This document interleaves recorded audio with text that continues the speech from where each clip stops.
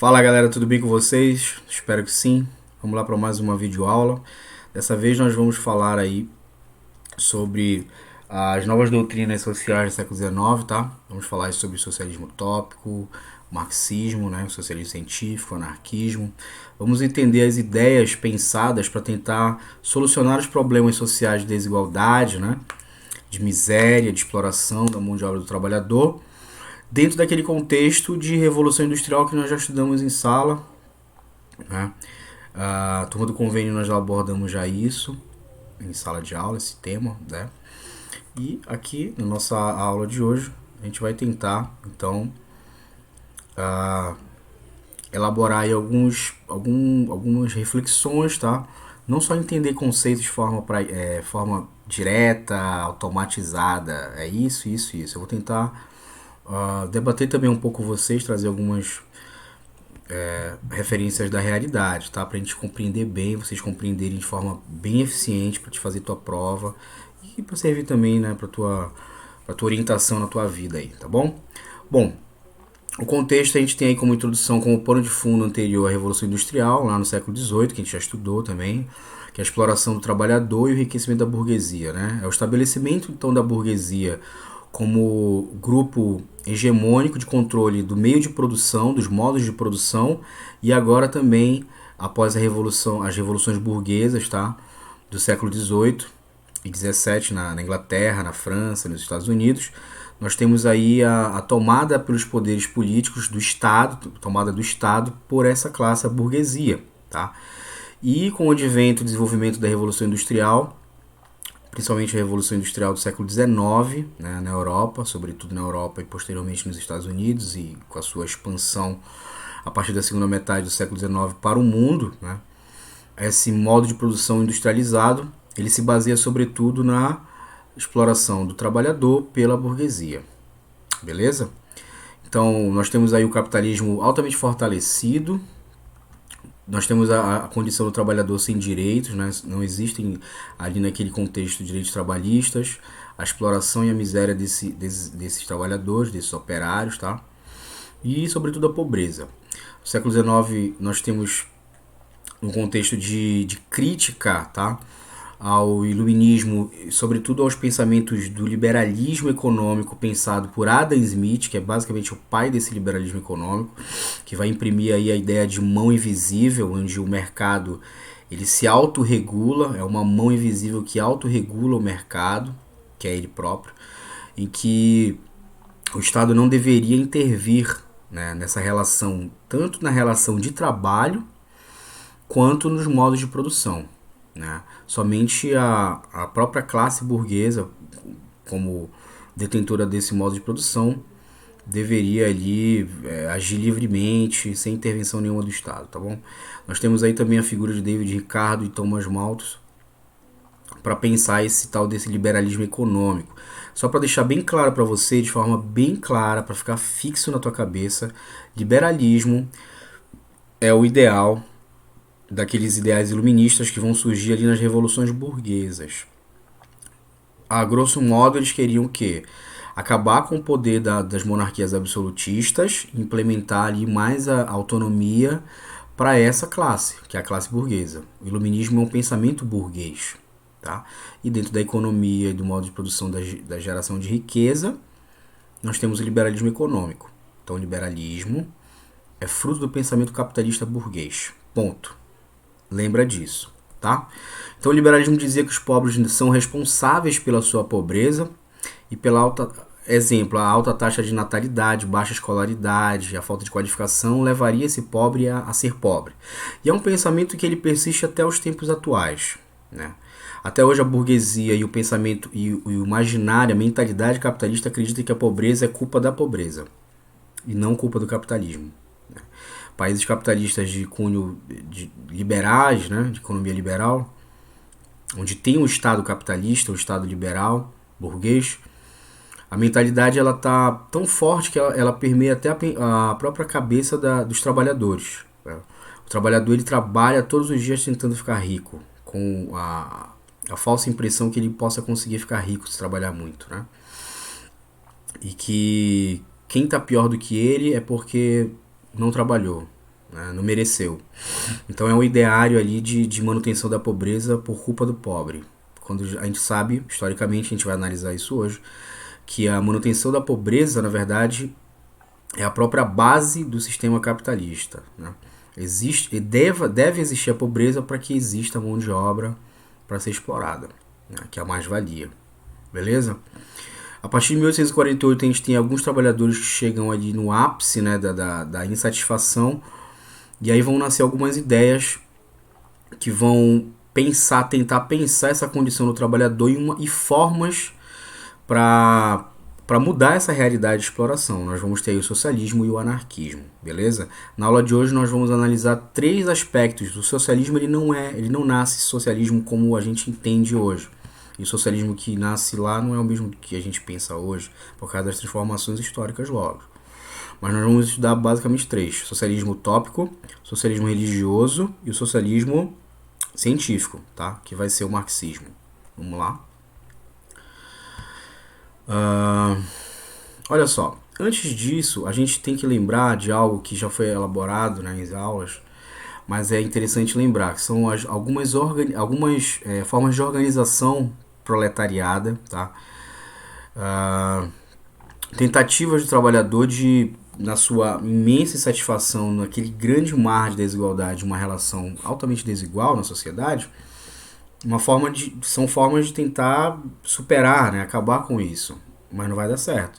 Nós temos aí um movimento ludista que foi organizado por William Ludd, um operário na Inglaterra, né, que a gente tem que lembrar que o ludismo basicamente visava a quebra dessas máquinas nas linhas de produção na Inglaterra no século XIX, né. Apesar desse movimento ele não querer mudar, transformar radicalmente as realidades do trabalhador, eles queriam muito mais eles culpavam, na verdade, muito mais a condição da máquina, a implementação do maquinário para produzir, o que roubava o lugar do trabalhador, né? Então, mesmo com a exploração, o trabalhador ainda continua em um outro processo, um outro problema criado, que é o desemprego. A perda desses cargos de trabalho para a consecutiva maquinização que é advento da própria Revolução Industrial, na verdade. Então esse movimento, o ludismo, ele visava quebrar, como mostra aí a charge, de fato entrava nas fábricas e quebravam, reprimido com veemência, com bastante violência pela polícia, né? Outros são os sindicatos, que são chamados de trade unions ou union trades, né? São organizações de trabalhadores contra essa exploração dos patrões. É uma forma de organização, é o embrião dos sindicatos, né? Para organizar greves e paralisações gerais para lutar por mais melhorias de trabalho, por legislação, por melhores condições, né? Então, as primeiras formas de organização de grevar, né, de se negar a trabalhar diante da sua exploração, também não vai dar certo. Por quê? Porque vão ser rechaçados, tá? Vão ser proibidos esses movimentos. E o cartismo, né, que são os operários que passam a escrever cartas, mas são cartas quilométricas, né, são abaixo-assinados, que escreviam sobretudo para o parlamento inglês, para tentar melhorias legislativas, para tentar regular essa exploração, tentar regular a relação de trabalho, né, a condição do trabalho, como as jornadas de trabalho, tentar regular algumas leis que favorecessem um pouco, pelo menos, essa classe dos trabalhadores explorados. Lembrando que não vai dar certo. Por quê? Sobretudo porque quem está lá no parlamento é exatamente a burguesia. Aquela burguesia que, lá na Revolução Inglesa do século XVII, corta a cabeça dos reis e assume o poder político e econômico da Inglaterra por meio de uma monarquia parlamentar. Então quem de fato manda na Inglaterra, e até hoje é assim, é o parlamento inglês. Então não adiantava esses trabalhadores escreverem cartas na sua tentativa de buscar melhorias através da política, porque quem fazia política, quem estava lá no parlamento era exatamente a burguesia. E essa mesma burguesia que era dona das fábricas que exploravam a mão desses trabalhadores. Então não existiu mudança social ou nenhuma mudança na realidade desses homens, tá? Então a reação burguesa foi o quê? Todos esses movimentos foram duramente, né, abafados pelo governo a serviço, lógico, da burguesia. A polícia desce-lhe o cacete nesses trabalhadores, porque a burguesia ela é mantida, ela é a força, né, do Estado. A polícia é a força do Estado autorizada a usar a força, né? É o grupo armado autorizado pelo Estado para poder atender os interesses do Estado. E nesse caso é o Estado burguês. Então desce essa porrada nesses trabalhadores. Vão fazer greve, passeatas, tentar se organizar. Galera, nesse clima de insatisfação é que vai nascer esses pensamentos, essas teorias sociais, para tentar elaborar meios de mudar essa realidade de desigualdade. Certo? Vai surgir então o socialismo e o anarquismo. Olha só. A primeira forma de socialismo que nós temos é o utópico. O socialismo utópico ele visava, sobretudo, tentar buscar formas de diminuir a desigualdade e essas erupções sociais, aí, essas problemáticas, os embates dos trabalhadores em insatisfação. Qual o grande problema do socialismo utópico? O nome já diz, utópico. Ele deriva do termo do livro do Thomas More, que vai escrever a utopia, que visa uma sociedade imaginada, uma sociedade idealizada, uma sociedade perfeita, onde não haja essa desigualdade. Por isso utópico, porque não existe essa sociedade. Já existiu talvez na pré-história, como Marx vai colocar. Mas aqui para o século XIX é uma sociedade cada vez mais desigual, cada vez mais exploratória desses meios de produção. O principal deles aí que cai em tua prova, tá? Já caiu muitas questões com o texto desses caras, é o Saint-Simon, o Fourier e o Owen. O Owen, para te ter uma ideia, ele era um burguês, dono de indústrias, que vai tentar dirimir aí a desigualdade a insatisfação, diminuir a insatisfação dos seus operários por meio de algumas medidas, né? algumas regulações ali dentro das suas empresas que trouxessem um pouco mais de melhoria na condição do trabalho. Exemplo, ele vai regular novas jornadas de trabalho, né, para tentar... Lembra que século XIX, Revolução Industrial, os caras trabalhavam até 18 horas em condições precárias. Não tinha nem tempo de criar os filhos. Então, por exemplo, o Owen ele vai implementar lugares nas fábricas para as crianças ficarem, espécies de creche, enquanto os pais e as mães trabalham, porque isso gerava um problema social muito grande, sobretudo porque quando o pai e a mãe trabalham 18 horas por dia, ninguém fica com seus filhos. Não tem esse negócio de dinheiro para babar, o Estado não oferecia creches, então essas crianças já acabavam indo para a rua, que gerava o surgimento de criminalidade juvenil, galera. Grandes gangues aí, grupos, né, de meninos que vinham na rua roubando, né, para poder, enfim, sobreviver, ter uma condição melhor. Então o Owen ele vai tentar amenizar essa realidade. Qual é o grande problema disso? O grande problema é que o capital ele visa o lucro, velho. Né? O capitalismo ele visa o lucro. Então, como é que eu vou lucrar? Explorando a mão de obra. É a única forma. A única forma de gerar riqueza é através do trabalho. O que gera riqueza é o trabalho, é quem trabalha. Então, para eu ter meu lucro, eu preciso explorar. Como eu estou dando alguns benefícios, estou cedendo alguns direitos para esses meus trabalhadores da minha fábrica, né? Eu vou diminuir meu lucro. E automaticamente eu não vou ter como concorrer com as outras indústrias, no meu ramo, no caso dele é a indústria têxtil, que estão promovendo a exploração, a mais-valia, né? De forma sem se preocupar com essas necessidades dos trabalhadores. Logo, ele fica impossibilitado de concorrer. E aí o que ele vai acontecer? Ele vai falir. Então isso é uma prova prática de como é utópico esse pensamento socialista, tá? É um socialismo pensado pela burguesia, gente. Então não dá certo, porque ele não vai conseguir mudar essa realidade de exploração, beleza? Um segundo socialismo que a gente tem que entender é o socialismo cristão. Esse aqui ele nasce dentro das bases da Igreja Católica, tá? O socialismo ele ficou somente no pensamento mesmo, né? Não teve nada por exemplo, o socialismo utópico a gente deu o exemplo do Owen, que tentou implementar isso nas suas fábricas, mas os outros, por exemplo, o Saint-Simon, ele só pensou a respeito de uma sociedade que poderia dar certo através do respeito entre as classes, mas ele nem pensou nisso de forma como Marx vai pensar, de uma forma de diferença das classes. Não, ele pensa que dá certo se um respeitar o outro, todos vão ganhar. É lógico que não, dentro de uma realidade do capital, ninguém fez essa análise de fato do capitalismo como essência, o que ele é. Então por isso não deu certo.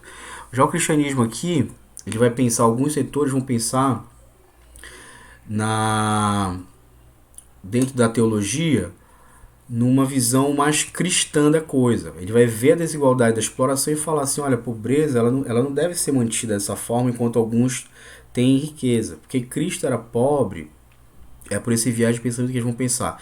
Cristo andava com os pobres, né, pegava a pobreza, nenhum rico vai passar. É mais fácil um rico passar pelo buraco de uma... um camelo passar pelo buraco de uma agulha do que um rico entrar no céu. Então é por essa perspectiva aí que alguns homens da Igreja Católica vão pensar esse socialismo cristão.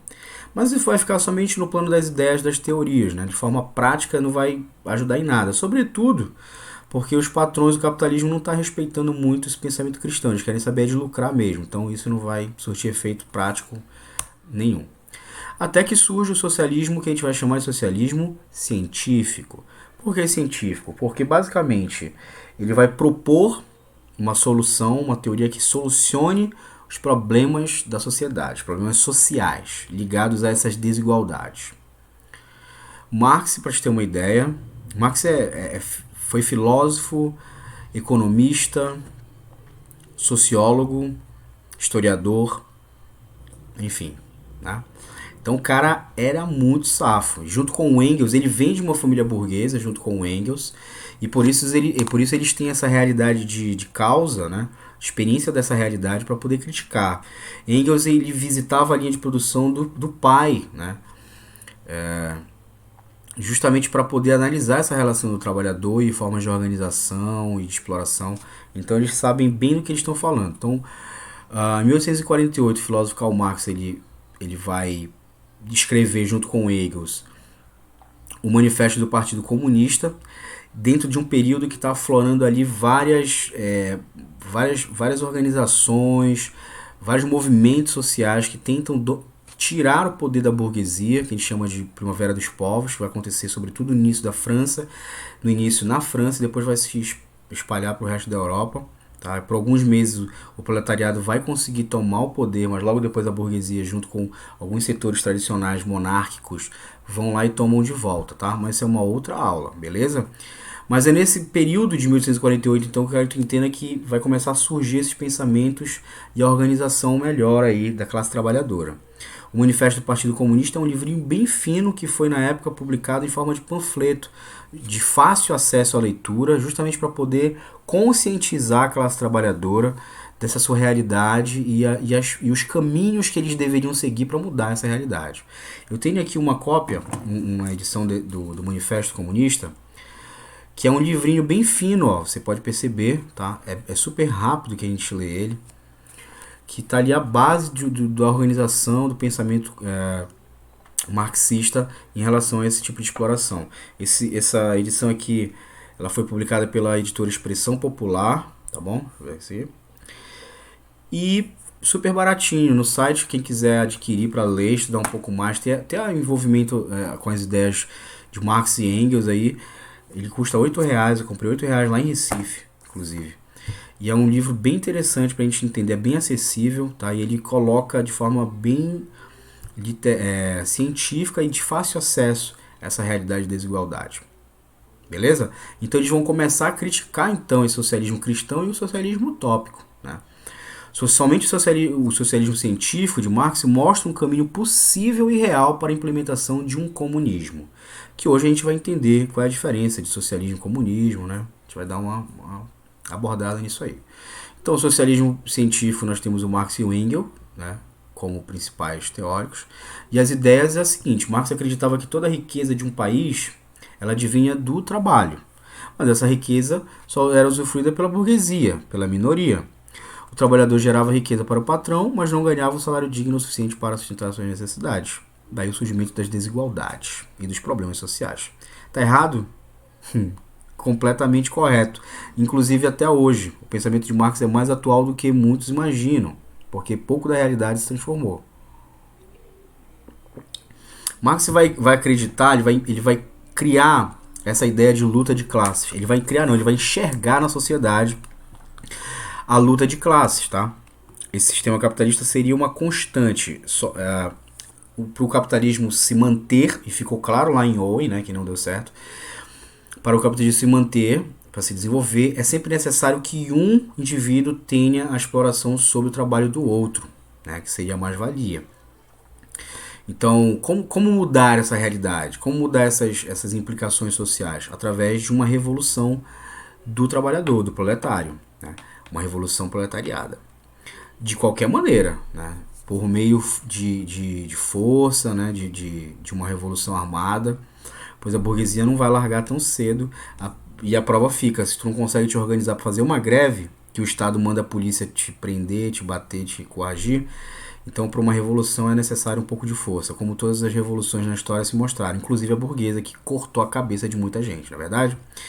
Pois bem, então o único meio de acabar com as desigualdades para Marx é o conceito que tu precisa, é a base desse conceito que tu precisa entender para fazer tua prova no Enem, tá bom, Neném? Através de uma revolução. Essa revolução seria liderada pelos proletariados, né?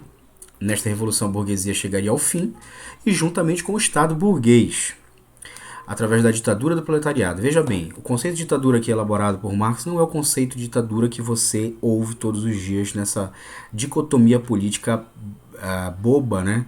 E sem fundamentação alguma científica que a gente vê por aí, né? A ditadura cubana, isso aí é pura bobagem.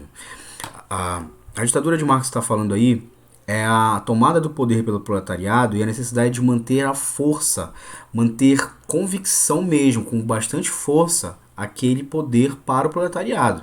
Porque o mundo todo, nesse momento, já estava dentro de um capitalismo liberal, já estava totalmente... Os Estados-nação já estavam totalmente baseados nessa questão do capital, né? Baseado no capitalismo. Então, o Estado que se fizesse essa revolução popular trabalhista, inevitavelmente seria forçado, pressionado, né, por esse capital mundial para tomar de novo o poder para si. Entende? Os setores do capitalismo liberal iriam tomar o poder para si. Isso acontece exatamente na primeira revolução e a maior, a mais importante revolução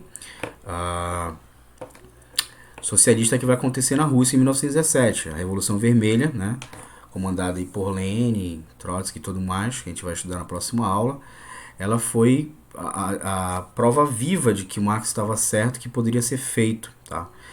E o que ele disse foi e aconteceu, né? Antes dele ele não estava vivo durante a Revolução, mas o que ele escreveu foi o que aconteceu. Quando ele fala de uma ditadura do proletariado, é que o proletariado, o povo, tem que segurar o seu poder sobre todas as condições, com unhas e dentes, porque o capital financeiro do mundo vai tentar tomá-lo. E foi o que aconteceu na Revolução Russa. Depois que a Revolução ocorre, existe um período de guerra civil financiado por todos os países capitalistas do mundo, né, financiando setores ali da Rússia que foram setores burgueses e monárquicos que foram derrubados pelo povo. Então existe uma grande guerra civil e é implementada a ditadura do proletariado lá por Lenin e deu certo. Eles conseguiram manter essa revolução popular, se transformou na grande União Soviética, que vai levar os frutos aí até o século XX, né? Até a década de 90, né? Até a década de finalzinho de 80, 1985. Beleza? Mas é uma outra história, né? A gente vai ver isso lá na frente. Tranquilo? Então essa é a base do pensamento marxista. A revolução ela tem que acontecer e é necessário a manutenção desse Estado popular para se proteger das investidas do capitalismo que vão tentar derrubá-las através da ditadura do trabalhador. Então o trabalhador mantém o Estado preso às suas vontades, certo? Vamos entender então os passos a passos que Marx organiza de forma bem resumida, lógico, para vocês, sobretudo porque Marx ele não vai escrever somente esse livrinho aqui, o Manifesto do Partido Comunista, mas sim para fazer uma obra extensa e muito densa sobre o estudo do Capital, que vai se chamar exatamente O Capital, né? São vários volumes do Capital. Cada volume é um calhamaço desse aqui. É uma obra muito extensa sobre o funcionamento do capital durante toda a sua história. Ele vai abordar várias formas de relações de trabalho. Ele vai dizer que desde lá dos tempos primitivos da pré-história, tá? até o desenvolvimento do capital, a exploração da mão de obra escrava, o surgimento, então é bem extenso. Mas vamos entender então aqui agora os passos a passos que ele coloca e as diferenças entre comunismo e socialismo, tá bom? Nós estamos falando do terceiro tipo de socialismo. Falamos do tópico religioso e agora o científico, tá? Primeira etapa, então, é a conscientização dos trabalhadores. Os trabalhadores precisam se conscientizar para mudar a sua realidade. Isso a gente chama de análise do materialismo histórico marxista, em que só é possível transformar a realidade do trabalhador, da exploração da desigualdade social, se houver a assimilação dessa realidade pelo trabalhador e a tomada da sua realidade de forma autônoma por ele para poder mudar, né, para poder transformar a sua condição. Pois bem, um país capitalista, um país rico, mas que não tem divisões de renda, de riqueza, mas sim divisão de pobreza. Algo interessante, porque se a gente for para pensar, muita gente pensa, né, de forma pejorativa e preconceituosa que o socialismo prega a pobreza para todos. Isso aí quem prega é o capitalismo, né? É só a gente analisar, gente, hoje as realidades do capitalismo liberal no mundo. O Brasil é um exemplo, né, clássico, em que milhões vivem na miséria, outros milhões vivem na pobreza, alguns milhões tiram um pouquinho a cabeça por causa de algum acesso melhor à produção, né, mas são trabalhadores explorados, e uma pequena minoria tem acesso à riqueza. Então, quem prega a socialização da pobreza é o capitalismo. O comunismo prega exatamente o contrário, né? Teria então a necessidade de uma luta armada, se necessário, né, para a tomada desse poder, desse Estado pelo proletariado, e a deposição do governo burguês. Perfeito? Depois entraria a fase da ditadura do proletariado, para manter esse poder na mão do trabalhador. Seria então necessário, e aqui é um ponto importante que eu chamo a atenção para vocês, seria necessário a existência desse governo, tá bom? De um governo. Nessa etapa 2, existe a necessidade de um governo socialista para poder organizar, conscientizar todos os trabalhadores para atingir um fim último. Que fim é esse? Exatamente o comunismo. Então o socialismo, galera, que é essa fase aqui, a segunda fase, o socialismo ele é um caminho para chegar no comunismo. Qual é a principal diferença, William? Para te matar a charada. No socialismo existe ainda a presença de um governo, mas não é um governo burguês, é um governo organizado pelos trabalhadores, por sindicatos, por comunas, por grupos de trabalhadores organizados, que vão manter então o Estado para poder organizar a revolução. E quando todos estiverem, né, através da educação libertadora, né, de uma educação consciente que vai levar o homem a uma autonomia de pensamento, né, onde a percepção de capitalismo já tenha sido vencida, em que um ideal de sociedade justa, em que todos terão tudo e todos serão todos, né, seja alcançada. E aí a ausência do Estado é necessária. O Estado não vai mais ser necessário e a gente chega na terceira fase, tá? A fase, então, do fim do Estado, a fase do fim das desigualdades sociais, que é o alcance do comunismo. Marx e Engels pensaram nisso, Marx pensou nisso e elaborou esse pensamento no Capital. Beleza? Segunda fase tem o fim da propriedade privada, pois esse é o exemplo de desigualdade social também, desigualdade entre os homens, né? E todos os bens de produção passam a ser do governo, e esse governo é o quê? Popular. É um governo popular, um governo proletário, trabalhador, um governo trabalhista, social. Essa é a forma que tu tens que pensar aí no marxismo, tá, gente? Caso venha na tua prova. Então o marxismo ele acredita na condição do Estado como um meio para alcançar o comunismo, que é a ausência total do Estado, pois esse não vai mais haver necessidade de existir, pois todos irão se conscientizar da necessidade da sua comunhão, por isso o comunismo, tá bom? Beleza? Outra coisa que eu quero atentar aqui para vocês que é importante também é em relação ao conceito de nacionalismo, tá? Que às vezes cai muito em prova. O nacionalismo ele está muito em voga no século XIX, sobretudo se a gente lembrar que no século XIX a Alemanha e a Itália estão se constituindo como Estados-nações, como países, né? Então, que são as unificações tardias da Itália e da Alemanha. Então o nacionalismo, que já nasceu, na verdade, essa ideia de nacionalismo lá no século XVI, com a formação dos Estados-nações, no século XVII, né? Que a gente estudou inclusive na aula passada, na verdade, das monarquias absolutistas francesa, inglesa, esse ideal de pertencimento em um país e uma nação. Só que no século XIX ele volta e volta com mais força, muita filosofia, vai ser uma filosofia que vai basear no romantismo, no nacionalismo. E o Marx ele vai dizer que isso atrapalha a tomada de consciência pelos trabalhadores, esse romantismo. Sobretudo porque o romantismo, o nacionalismo, ele prega a questão seguinte: não existe diferenças de classe. Todos são italianos, todos nós somos alemães, ingleses ou franceses ou brasileiros. E o nacionalismo foi algo importante até para a formulação aí do Brasil como país, como república e como império, lá do Império de Dom Pedro I. Tá? O nacionalismo ele vai influenciar também em 1621. Então, existe essa ideia de corpo entre os homens, de unificação, de homogeneização. Então não existe diferenças, não existe desigualdades, todos são italianos, todos são alemães. Isso afasta do trabalhador um ideal de que a compreensão de que existam as classes, né? Existe essa guerra de classe, a disputa, em que um explora e o outro é explorado. Então Marx vai criticar. Além disso, ele vai dizer que o próprio capitalismo, ele na sua essência, ele não é nacionalista. O capitalismo ele é cosmopolita, ele é mundial, ele é abrangente, ele tem tentáculos que perpassam o Estado-nação. A exploração do capital francês explora a mão de obra do inglês, e o capital inglês explora a mão de obra do africano. Exemplo, o capital norte-americano explora a mão de obra do brasileiro, devido à miséria muito grande desse país. Quem nunca viu alguém que trabalha, por exemplo, na McDonald's ganhando né? Nada contra, tem que se trabalhar, né? Mas é uma forma de exploração barata da mão de obra. E é uma característica internacional do capitalismo, principalmente do capitalismo liberal.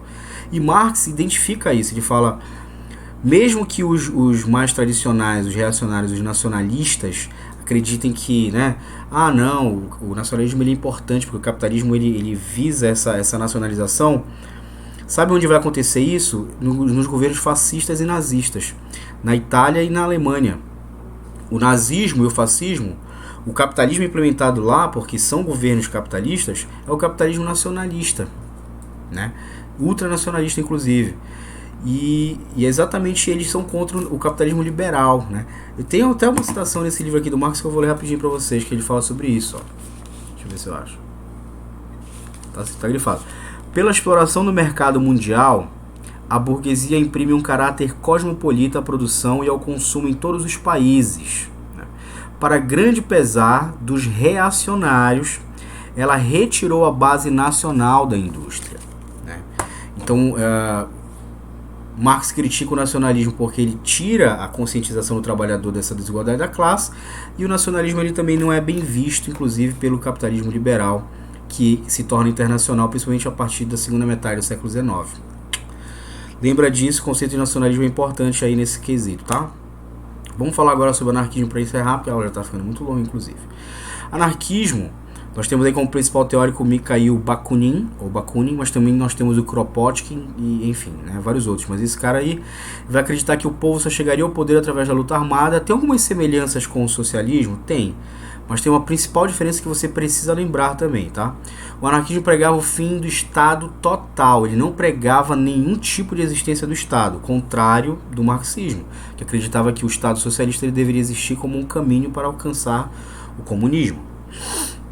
Ele enfatizava um autogoverno entre as pessoas, um governo sem instituições, ou seja, sem Estado, sem nenhuma forma de instituição do Estado, né?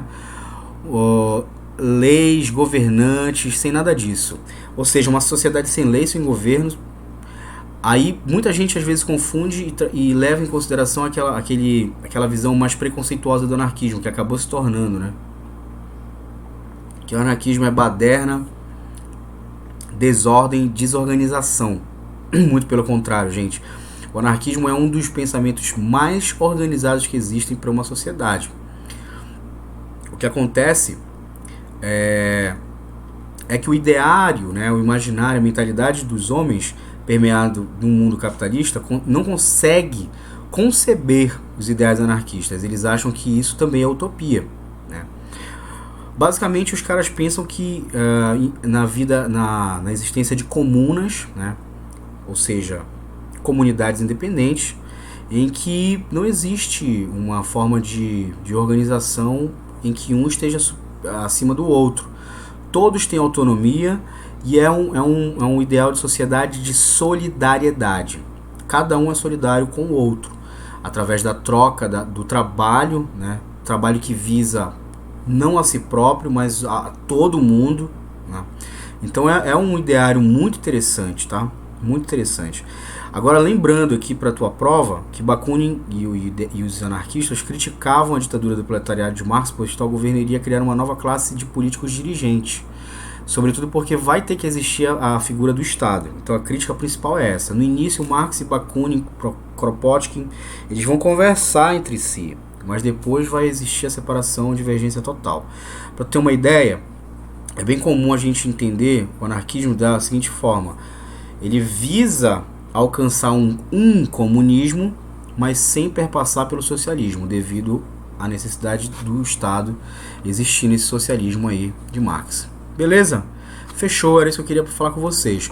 Antes disso, de eu ir embora, vamos ver aqui rapidinho uma questão. Em 1848, dois jovens revolucionários alemães escreveram: assim o desenvolvimento da grande indústria mina sob os pés da burguesia as bases sobre as quais ela estabeleceu seu sistema de produção e de apropriação. A burguesia produz, antes de mais nada, os seus próprios coveiros. A sua queda e a vitória do proletariado são igualmente inevitáveis. Esse texto expressa princípios da ideologia facinho, né? Eu trouxe ela com uma resposta fácil, mas é que eu queria que vocês lessem um pouco do pensamento do Marx e do Engels, né? Bora ver qual é. Claro que é o comunismo, né, gente? Vamos para a próxima aqui rapidinho. O capitalismo se propagou em busca de mercados e de novas técnicas de produção. No entanto, o progresso desejado não atingia todos e provocava desigualdades. Uma crítica radical ao capitalismo se expressou na obra de Marx, que, vamos lá, letra A, renovou a concepção econômica da época, negando todos os princípios defendidos pelos economistas clássicos e fisiocratas. Renovou a concepção econômica da época, negando todos os princípios defendidos pelos economistas clássicos e fisiocratas. Tá certo? Não, né? Porque ele também vai beber, ele vai começar a surgir a sua crítica a partir dessas escolas anteriores, tá?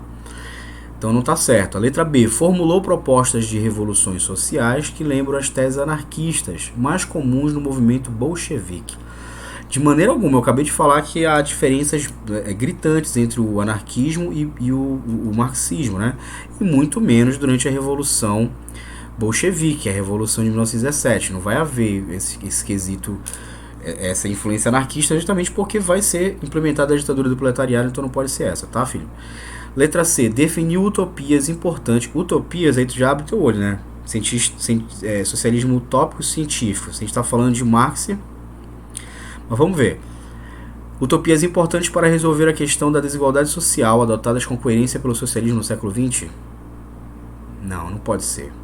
Letra D. Acusou a existência de exploração do trabalho humano. Tá certo até aqui? Ele acusou? Sim. Ele identificou isso nos seus livros. Que trazia dificuldades sociais para a maioria da população. Tem algo errado aí? Não, mas vamos ler a última. Defendeu a organização da classe operária em sindicatos urbanos com a finalidade de construir seus movimentos de reivindicação. Marx vai atuar na organização da luta de classe por sindicatos? Com certeza não, tá, gente?